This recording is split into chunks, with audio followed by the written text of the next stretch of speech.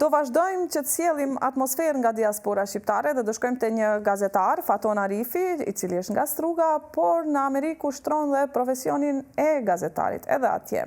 Ai do na sjell dhe pamje materiale në lidhje me si është festuar nata e kadrit atje, të shihni një atmosferë pak nga Amerika. Faton, përshëndetje. Përshëndetje. E gëzofsh Bajramin fillimisht. Faleminderit edhe juve gjithashtu. Gjithashtu për gjithë shqiptarët që ti takon atje, me sa di ti ushtron profesionin e gazetarit edhe atje? Po, sigurisht, nuk jam darë profesionit gazetarisë edhe këtu, edhe shqiptarët janë një komunitet shumë i gjerë edhe ka nevojë edhe për gazetar, prandaj edhe unë jam aktiv në atë pjesë që e dua dhe e ndjej më shumë pra në gazetari. Dikur ka qenë Amerika toka e banuar me më shumë shqiptar, edhe mendoj se më shumë vjersha, shkrimtarët shqiptar, poetët i kanë kushtuar Amerikës. Po sot nuk e di si qëndron kjo gjë, nëse është diaspora më e banuar me shqiptar Amerika akoma.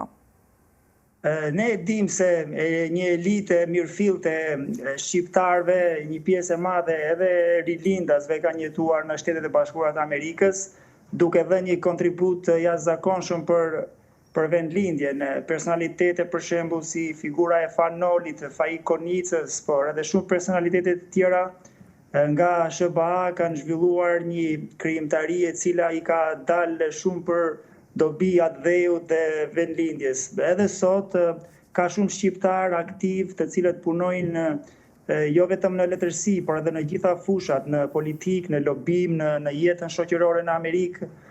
Pra mund të them se ajo kënga e famshme e Shkurtë Fezës, mbahu nëne mos ki frikë se ke bit në Amerikë, është aktuale edhe sot. Besoj që bëjnë punë të mira shqiptarët atje dhe ti përcjell ato. Çfarë do na kishe veçuar ndoshta festën e Bajramit me që e kishim më afër dhe po ashtu kemi një kronik nga ana jote që e ke ndarë për teleshikuesit e Alsatit, që ka të bëjë me natën e kadrit, pamje e xhamisë brenda. Ka pasur diçka të veçantë që do kishe dashur ta veçoje dhe ta ndaje me ne? Absolutisht. Do më thënë, unë jam pjesë aktive e Qendrës Kulturore Shqiptare Amerikane Struga, këtu në Amerikë, është në New Jersey, dhe jam pjesë e gjitha aktiviteteve që i zhvillon kjo organizat. Bëhet fjalë për organizatën më të madhe të shqiptarëve në Amerikë, si në numër, ashtu edhe në kapacitete infrastrukturore. Ne disponojmë me një objekt madhështor, e cila është kontribut vullnetar i të gjitha antarëve të saj, veçanërisht komunitetit Strugan, thuaj se çdo festë kombëtare, por edhe festat të tjera religjioze, të gjitha festat i kremtojmë aty bashkë si komunitet. Muaji Ramazanit është një ndër periudhat më aktive të organizatës sonë, kuptohet rreth një muaj rresht, ne kemi aktivitete me të rinj, aktivitete që zhvillohen kuadër të xhamisë së qendrës sonë, me mira besimtar vinë aty çdo natë për lutjet e këtij muaji. Ky numër domethënë kulmon për natën e madhe të kadrit, e sidomos ditën e Bajramit ku mbi 1000 besimtar vinë dhe ndëgjojnë ligjërate dhe takojnë njëri tjetrin, pra është si një lloj vend takim ku unifikohen të gjitha qëllimet tona të përbashkëta, e sidomos ai më kryesori që është mbrojtja e identitetit kulturor, traditave dhe zakoneve që i trashëgojnë nga vendlindja. Gjatë muajit Ramazanit, domethënë, kemi qenë shumë aktiv, kemi pas aktivitete për të rinj, kemi një numër shumë të madh të rinj të cilët vinë në organizatën tonë dhe janë aktiv. Kjo është sa i përket domethënë vetëm qendrës tonë, Qendrës Kulturore Shqiptare Amerikane Struga, por ne kemi bashkëpunim edhe me të gjitha organizata tjera shqiptare në Amerikë, të cilat për hir të së vërtetës janë shumë. Sa janë në numër parafërsisht? Besoj që janë shumë. Thuaj se çdo qytet shqiptar, qytet më i madh, do të thoja ka një organizatë që e përfaqëson komunitetin në fjalë. Domethënë, por jo vetëm të shqiptarëve të Maqedonisë, se këtu në diasporë ne shqiptarët nuk ndahemi, thuaj se të gjithë jemi shqiptarë dhe... Kjo ishte e bukur, Faton, ne nuk ndajemi këtu në diasporë, se këtu ndajemi, apo? A ke vërejt një lloj diference, por këtu të gjithë jemi shqiptarë, të gjithë kemi një flamur, një qëllim. Në fakt, shqiptarët, AIKA dhe shqiptaria e vërtet gjendet gjithmonë në diasporë dhe ne dimë edhe historikisht se të mirat e këtij kombi kanë ardhur gjithmonë nga diaspora, apo jo? Është shumë e vërtet. Çfarë mendon Faton se i bën bashkë kur janë jashtë shqiptarët dhe kur janë në vendet e tyre janë disi të përçarë? Shqiptarët kur janë larg politikës dhe larg politikave ditore, do të thoja, ato janë më të unifikuar. Ajo që i ndan shqiptarët në vendlindje është politika ditore, e cila fatkeqësisht është përçarëse dhe i mban larg njerëzit, por diaspora, ku njerëzit kanë një stabilitet ekonomik, kanë një orientim më të qartë kombëtar.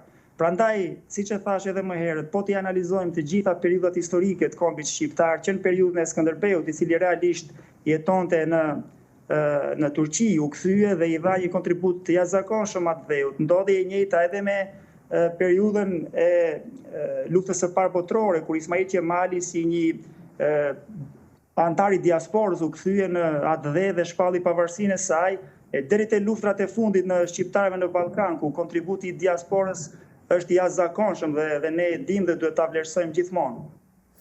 Po, për dallim nga dikur, sot mendoj se IKA është më masive dhe për arsye të ndryshme.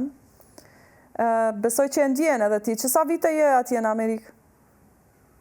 Unë faktikisht jam rreth 8 vite në Amerikë dhe nuk kam ardhur të qëndroj, edhe unë kam ardhur për një eksperiencë vetëm, por pastaj si gjithë të tjerët fati ka deshur që t'jemi akoma këtu, edhe pse t'jemi sinqert, çdo shqiptar dhe një shqiptar që jeton nga 50 vite në Amerikë, jeton me një ëndër që një ditë të kthehet në vendlindje dhe atje ta zhvillojë jetën dhe karrierën e tij.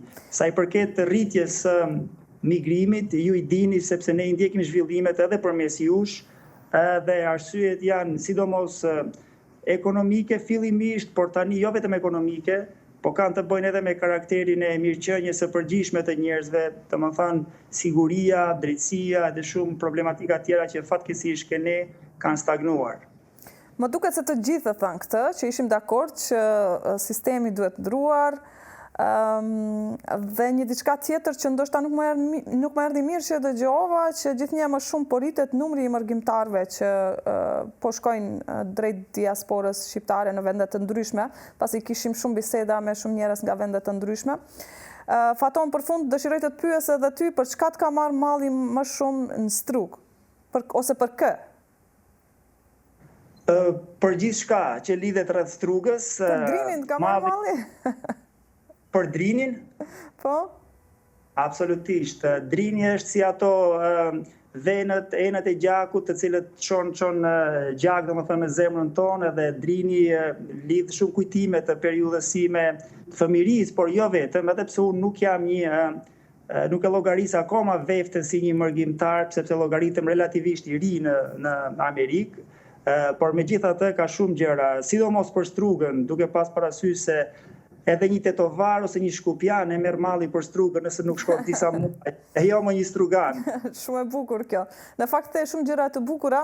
Ne të falenderojmë shumë për kohën që ndave dhe të dëshirojmë shumë suksesa atje ku je, edhe i bëjmë shumë të falë Amerikës gjithë shqiptarëve gëzuar Bajramin po ashtu.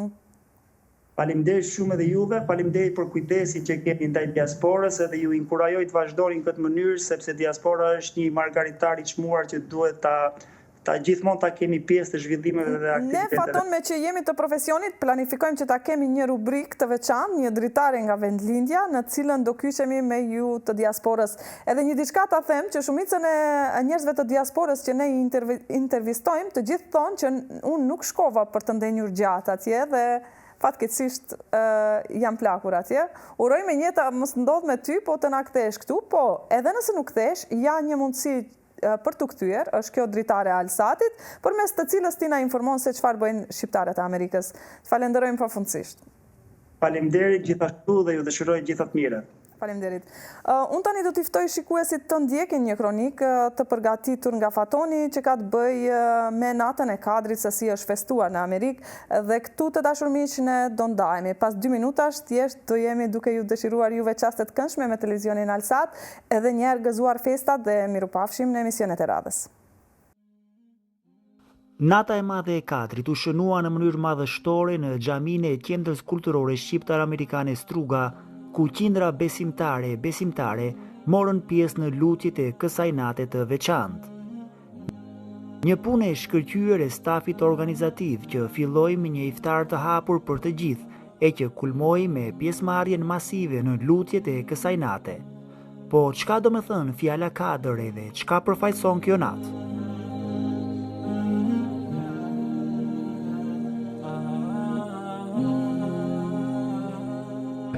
Ndihem jo veç emocionuar, por edhe motivuar kur pam se si shumë të ri dhe të reja, nëna dhe baballar, si një familje e madhe mbushëm xhamin dhe u lutëm së bashku, u lutëm për të ardhmen tonë, u lutëm për vendin tonë, për komunitetin tonë, u lutëm edhe për Shqipërinë, u lutëm edhe për Amerikën dhe për gjithë besimtarët anë mban botës.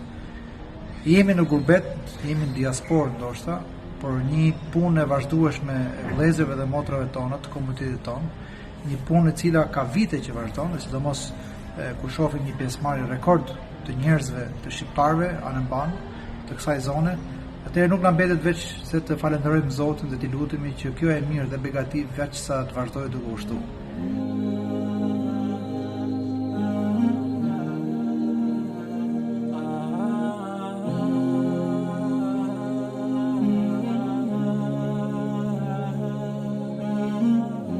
Imami Gazmend Aga shprehu mirënjohje dhe vlerësim për mënyrën e organizimit të kësaj nate, si dhe për pjesëmarrjen e besimtarëve.